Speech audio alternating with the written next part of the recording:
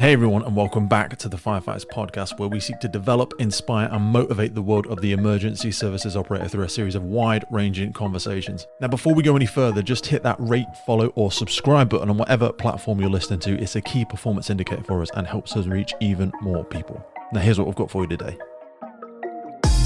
Chrissy Downing, how you doing? I'm good, thank you. How are you? I am fantastic. Not quite as good as you, because I obviously didn't smash the Cheshire Fire Challenge in the last few weeks, and that's why I kind of wanted to reach out to you, because this isn't this is something that's quite new. This is the first time you've ever competed in it, right? Yeah, this is the first time I've ever really done anything like this. So normally I'm a long distance runner. I do quite a lot of marathons and ultra marathons. This year I just sort of fancied changing it up a bit. I thought, what could be more opposite than running really, really slowly for a long amount of time than going balls out for 3.5 minutes. When did you first get into ultramarathons? Ultramarathons, for anybody that's unfamiliar, what is the definition of an ultramarathon? I always thought it was 100 miles plus. An ultramarathon is anything over the standard marathon distance of 26.2. So there's various different distances out there. I've done a couple of double marathons, and the longest I've done was 100 kilometre, which was it was brilliantly awful. Brilliantly like awful. a great achievement. Not something I'd particularly like to repeat. When did you first start doing them? What sort of drew you into ultra marathon running, and why is a marathon? I've never even run a marathon, to be honest with you. I don't know really. I guess I've always been the sort of person that I'll try something and then I'll push a bit harder and a bit harder and a bit harder, and I'm never going to be quick enough at running to be able to be competitive at it. So for me, the only thing really I feel like a push is the distance. When you get into the long distances, really long distances, it's a bit of a test of character and stubbornness, and it's sort of a bit of a battle against yourself. So it seems like sort of recreational self-torture, just because of how long it is as well. Do you know what I mean? Have you read David Goggins' book? I haven't, no. Oh, David Goggins, his book's called Can't Hurt Me. Really, really interesting read. And again, he didn't do ultras until he was late 30s at least. How long have you been doing them? Were you always into sport? Did you do anything before them? I did my first marathon 2014, I think, and then I did a few marathons for a few years. I did my first ultra, I can't remember, 3 or 4 years ago. When did you actually join the fire brigade? I joined the brigade 4 years ago now, I think, as an on-call firefighter in Oxfordshire. I took the role on and took my development programme on, a bit like I sort of take everything on with both hands. My lifestyle at that time meant that I could go into station pretty much every day and train with the whole time crews. All right. So I managed to blitz my way through all my stuff really quickly and really well. Yeah, I was going to say, what sort of time of your life are you doing this? Because you must have been doing something before this. Why did you want to, change and start joining the fire service? It's something I wanted to do for a long time, but I haven't really had before then. I didn't really have the confidence to just go for it. Not in that I would be a female working in a male-dominated environment. Not with that, but just with the confidence in myself that I would be able to do the job well enough. Why? What was the image of the job in your mind? When you say you weren't confident enough, you obviously had an idea of something that was there, and you couldn't see a connection between who you were and what that thing was. What did you think it was, and what did you think you didn't have? Yeah, I think that's really interesting, actually. So I think the common perception of firefighters is probably what I had in mind. So you big burly guys lifting really heavy weights and a bit of towering inferno. So yeah, basically, yeah. Anything that you would have seen on the calendar in the 80s or the 90s, I suppose. That's it, yeah. So, and I think that's probably a fairly common perception, even though brigades are working really hard to change that image. But what did it for me really is I've got a few friends that are firefighters at the time, and I said just one night in the pub I'd had a glass of wine, which is not uncommon for me to be making decisions on, And I said to my friend, "Do you think I could do that?"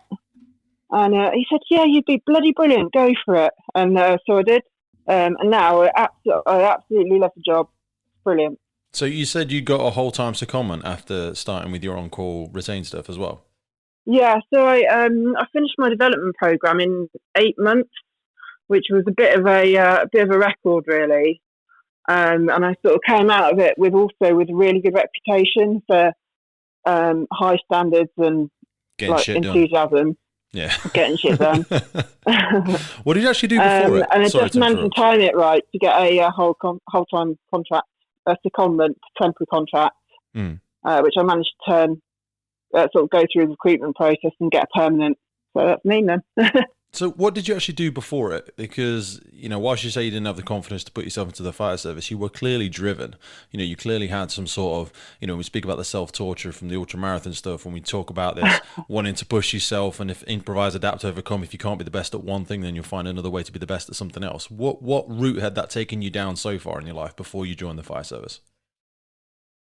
It's a bit strange, really, but for the sort of 12, 14 years before, I was packing parachute systems, inspecting, packing, mending reserve parachutes, and that was me, really, just like technician. How on earth did you get into a job like that? It was a bit of an accident, really. Again, a glass or maybe a bottle of wine was involved in deciding to go and do a skydive. It sort of all escalated from there, really. But I've always been quite practical and hands-on, but also I quite like getting into the nitty-gritty of like all the technical stuff as well. Yeah. So that sort of it's a similar sort of thing to the fire service where it's got both elements. Oh, 100%. There's so much correlation there. You need to be professional in how you do it. You need to know the technical data. You need to not mess about when you're doing your checks. People's lives are relying on you. There's aspects of adrenaline and accountability to it. There's so much crossover. Yeah, definitely. The only other thing, the only downside being that being self-employed in a weather-dependent industry isn't great. No. Financially, which made me sort of push me to join, to want to get a proper job, but I didn't want a proper grown-up job. No. So the fire service was where I turned to. I constantly wonder what I'm going to be when I grow up, but I don't know. I'm still got my fingers crossed it's going to be something super exciting. I did want to ask you, how many people you think, like, I'm not asking for a silly number or anything like that, but how many people must have done something similar where, I mean, for you say it was a glass of wine or a bottle of wine and you've made that decision and you stayed in that decision for 14 years. And whilst it will have given you aspects of fulfillment, it wasn't something that really, it wasn't something that really tickled your pickle. It wasn't something that really engaged you. You didn't feel entirely fulfilled doing it, but it's so easy for that to bleed. I mean, for you spent over a decade doing that. And this is not a regret thing. This is not a, woe is me, because you've taken the bull by the horns. You've had that encouragement by having strong, supportive individuals around you.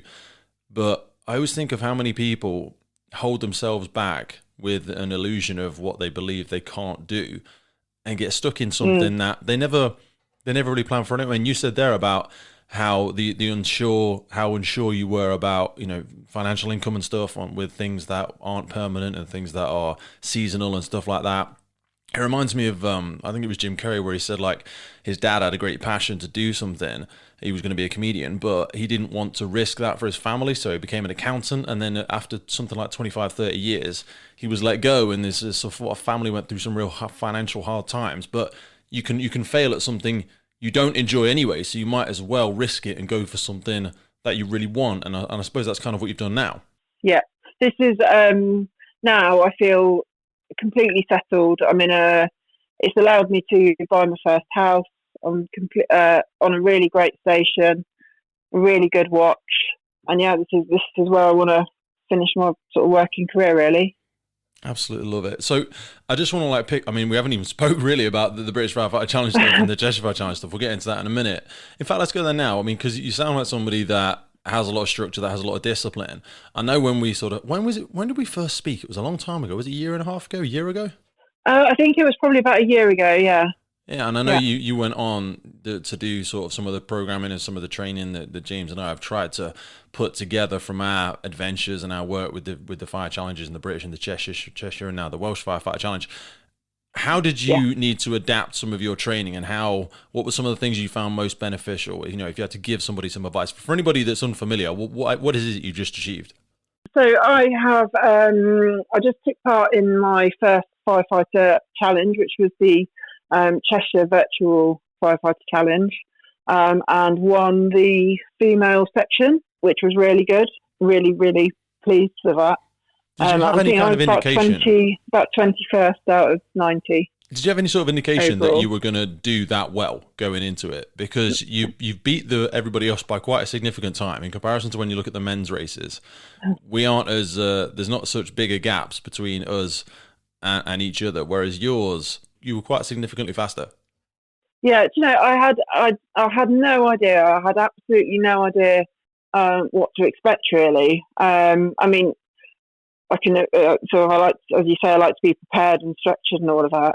So I had been on and sort of looked at last year's times and things like that. But really, you just don't know with a competition like that. You just don't know who else is out there who's been training hard and working hard and is going to come in at the last minute and put a really fast time in. So I was never. I think I was in the lead for the whole time. But I kept checking it relentlessly to see if there was anyone else that had beaten my time. Yeah. So I have a lot of contact with James and the guys that run the competition, stuff like that. I travelled. Did he tell you I was texting every day?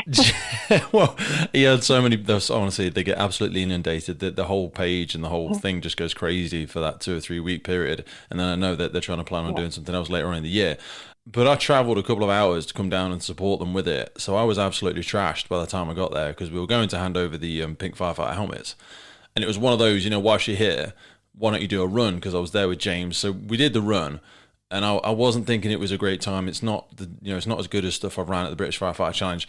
But my story is a little bit like yours, except for the fact that I didn't get the gold in the end. In that it just sort of held and held and held for so long, and then some. I got the fastest time in my age group, but some young lad just came in and absolutely blistered it. I can't remember the gentleman's name, but he is. He was very impressive.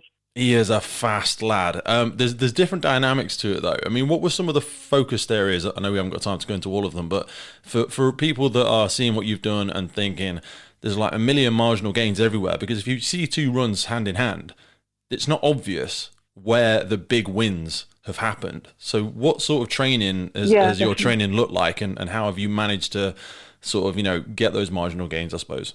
It's been quite a long slog of focusing on various different things. So right at the start, we were doing like really as heavy as I could lift, but for low reps to just increase that strength and a bit of confidence in what I could lift.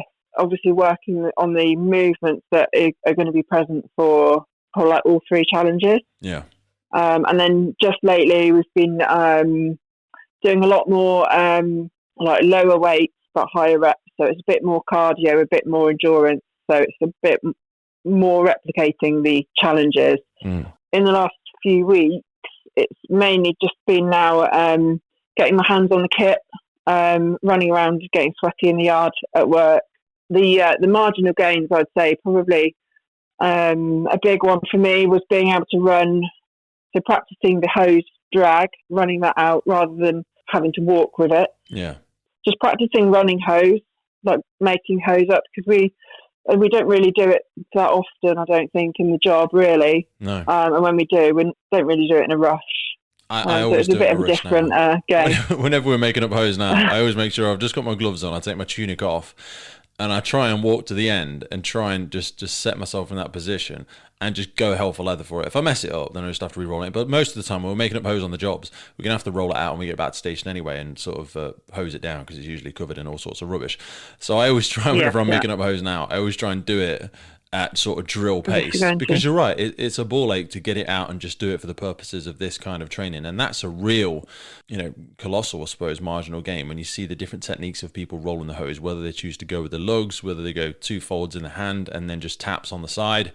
I've seen some people try and do the lugs approach. I didn't see anybody do it in the Cheshire Fire Challenge. I think there'll be a few people doing it in the BFC, though. I remember them practicing it last year, and it's really, really slick. You have to be very reliant on just having very, very loose and very free-moving lugs on the end of the on the end of the female coupling, though. And I think it might trip a few people up, but if you can pull it off, it's going to be fast.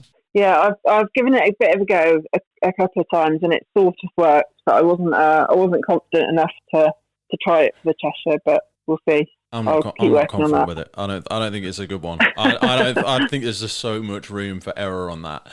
I wanted to ask you, looking back at your recruitment and stuff like that, you said you managed to nail it in 8 months. You know, as we close, is there any sort of tips for people that maybe are considering joining the service, maybe in a position such as yourself, they feel like they don't have the confidence? Is there any sort of advice you would give them or anything you would do differently to try and get you into the position you're in now? Oh, but I always say to anyone that just joins our crew, I always say, like, ask questions, be there as much as you can, be enthusiastic, because people don't mind helping you if you are there and you're trying, but if you're less enthusiastic and don't sort of put yourself forward, then it's more difficult to get that help from people that are sort of already in the job. Yeah. In terms of sort of going from the start, I'd say that you don't have to be, this sounds a bit like the party line, but I don't think you don't have to be a strapping 5'11" person, like bodybuilder, to join the job. Everyone brings their own strengths to the table. So gone are the days where you need to sling an 80 kilo person over your shoulder and climb up a ladder. Yeah. Like that, the job has changed quite a lot. Don't let your physical limitations stand in the way of letting you do something that you really want to do. Because the chances are, if you really want to do it, you'll be awesome at it. 100%. I always say, I'd rather have a mindset over a skill set, because like you said there, if you really want to do it and if you're eager to learn, you're going to pick it up so much faster. And a skill set you can learn in a very short period of time. It might take you years to master it, but to become competent, which is what a lot of UK Fire and Rescue Services are looking for, I think that should be the bare minimum. It shouldn't be something you aspire to. That should be where you start after training school, and then we should build on it from there. But to get to that competency is a skill set you can develop over a sort of 6 to 8 month period. Whereas a mindset, if you come in with the right mindset, that will take you so much further. And it will cut those grooves so much deeper in the way that you learn. And it's so much more engaging for the people that are there with you. Even if they're contractually obligated to train you, if you're hungry, you won't just get it from the person that's supposed to be your mentor or from the person that's supposed to be your instructor. You will learn something from everybody you have an interaction with. And it's infectious, and they will want to develop themselves to be able to give you further lessons. They'll be digging back through their mind, through their books, through their examples, their experiences, the incidents they've attended, to give you those lessons learned. So if you come in with the right mindset like you have, you can close the gap so quick. Like you said, you've almost made a sort of a record in your service for closing that gap in 8 months. But because you've had that mindset, you've taken it upon yourself to go in there and spend time with the whole time crews, not being paid over and above and, overtime and all that sort of jazz to go and do it. You've taken those actions. I always say shy kids don't get sweets, and it's not about being lucky. You put yourself in those positions where you get lucky interactions, you get lucky conversations, you get lucky experiences, but you've got to put yourself in those situations to do it. Yes, absolutely. And for some people, that's quite a big step and quite a brave step, but it's one that is 1,000% worth taking. Love it. Chrissy, thank you so much for your time. I remember I said the other day, I was like, we're just going to have a quick 10 minutes together. So we're just chatting for like 25 minutes there already. I honestly would love. Are you coming to British Firefighter Challenge this year? I am. I'm doing the Welsh as well. You're doing the Welsh as well? In 2 weeks. 2 weeks time, yeah. I am at the Welsh. I'm hosting the Welsh and I'm hosting the British. Brilliant. So when I see you there, we'll have a high five in person, and I'll be able to see you and congratulate you properly. And it'd be exciting. I know you're going to bring it to the Welsh one as well. It's a new competition, so there'll be some fierce competition. There'll be people that have never travelled over to the BFC, so got to try and put it out there. I mean, I'm a big, heavy guy, so you're going to be significantly faster than me, but at least one of us will be putting some scores on the boards, I think. All right, Chrissy. No worries. Thank you. The Firefighters Podcast is a global podcast seeking to develop, inspire, and motivate the world of the emergency services operators. Through a series of wide-ranging conversations celebrating those within our sector, we seek to encourage and support this incredible group of people. It's brought to you by myself, operational firefighter Pete Wakefield, and I speak with individuals from all walks of life who I sincerely believe can add value to or develop those who have chosen this life path. Please support your emergency services wherever you are in the world, and thank you for listening.